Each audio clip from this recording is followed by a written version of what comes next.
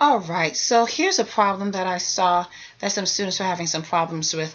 You are supposed to take this problem, 3x squared plus 12x plus 13, and you need to be able to convert it to vertex form, which is open parenthesis a open parentheses x minus h close parentheses squared plus k. That's vertex form. So that's what we're trying to get our problem to be written in at this point. So let's go through how we would do that. Well, first off, this is going to be equal to 0. We need to complete the square. When I complete the square, I kind of like to move that the constant, I like to move that to the other side so that I'm not paying attention to it. So I'm going to subtract 13 from both sides. Okay, so the first step I did was to move the constant so that I'm just looking at 3x squared plus 12x, and then that's going to be equal to negative 13. Because I moved the constant to the other side, it allows me to look at it a little bit better. Now, in order for me to complete the square really nicely, I don't like having coefficients. That kind of throws me off on the x squared because you're trying to find a perfect square trinomial. And since 3 and 12 they both have 3 in common, I'm going to factor out the 3. Okay, so I'm going to factor out the 3 from the 3x squared, and I'm left with x squared plus 12 divided by 3 is 4. So that's 4x squared. 4x equals negative 13. So really, I didn't change the problem. All I did was I took the 3 and I factored it out. Okay, common factor. I didn't do anything with the x's because I'm still trying to complete the square. So now that I've done that, I am left with something really cool. I am left with x squared x squared plus 4x inside of this box. I can complete the square with that really easy. What I do is I think, okay, this is supposed to be 2ab if I'm trying to complete this square, right? So I know that a is going to be the square root of x squared, which is x. 2 is already there, and the b is what I don't know. So what does b have to be equal to in order for us to get 4x, right? So in other words, 2ab is always the middle term when you have a perfect square trinomial, and my middle term in this case is 4x. I know that a is x because the a is the square root of the first term. So that's why I know that a is x. I don't know what b is. But I can figure it out. If I divide both sides by 2x, you'll quickly see what the answer is if you didn't before. B is going to be equal to 2. X divided by x is 1. 4 divided by 2 is 2. So I know that my b has to be 2. But remember, that's just b. b is equal to 2. What goes there is b squared because it's a perfect square trinomial. So 2 squared is 4. Now if I add 4 here, what I'm really doing is adding 12 because remember it's 3 times 4, which is 12. So if I add 12 to that side of the equation, I have to add 12 to the other side. I can't just add a 12 and add 4 and just be like, oh, my equation is balanced. I still have to balance it out. So that's why I added 12 to the other side to keep my equation balanced. Let's erase all of that over here.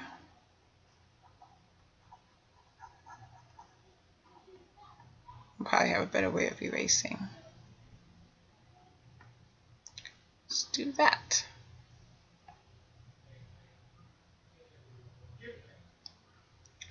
Okay, so we have 3 open parentheses x squared plus 4x plus 4 close parentheses equals negative 13 plus 12, sorry. In other words, I can rewrite this because I know it's a perfect square trinomial. That's why I made it. So that's going to be x plus 2, all of that squared, equals negative 13 plus 12, which is negative 1. But I still need to set it back equal to 0, so I'm going to add the 1 and bring it back to the other side. X plus 2, all of that squared. X plus 2 squared plus 1 equals 0. All right, so let's recap.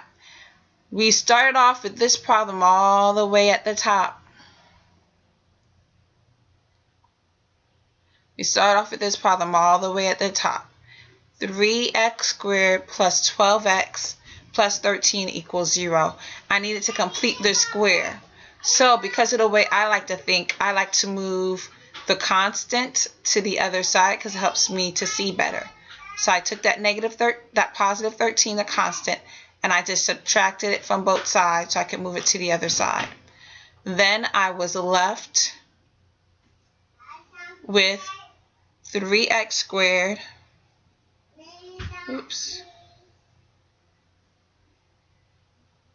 I was left with 3x squared plus 12x on this side minus 13 because I moved that to the other side. Now I still need to complete the square. So I said, okay, it's hard. 3 is not a perfect square. It's just not. And anytime I have a coefficient up there that's not a perfect square, I factor it out. So that's what I did. I said 3 and 12 both have 3 in common. So I factored out that 3. So that's why I brought that 3 there. When you factor out the 3, what's left goes inside the parenthesis. 3x squared divided by 3, you're left with x squared. 12x divided by 3, you're left with 4x. So that's what I had inside the parenthesis. Then I said, okay, I have x squared plus 4x. What do I put here to complete my square? The middle term is always in a form 2ab. I know that a is the square root of the first term. Square root of x squared is always x. So that's how I knew what a was. And then b, I still did not know. So I've got 2x question mark, and it has to be equal to 4x. So that's when I said, 2x times what number will give me 4x? And that's when we figured out that b has to be 2. But when we put it up here, remember it's in the form perfect square trinomial is a squared plus 2ab plus b squared. So 2 squared is 4. So that's why that's a 4 up there. But we added a 4 to this side. Really what we did was add a 12 because we factored out that 3. So we had to multiply that back. So 4 times 3 is 12. Since I added 12 to this side, I had to add 12 to the other side.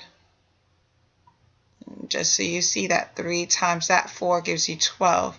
So since I added 12 there, really, I have to add 12 here. So that's what was happening. So then I went over here and I rewrote it nice and pretty. 3, open parentheses, x squared plus 4x plus 4, close parentheses, equals negative 13 plus 12. I rewrote this as a perfect square. I just wrote it x plus 2 squared, so it would be in vertex form, equals negative 13 plus 12, which is negative 1. To put it back in vertex form, I added 1 to both sides.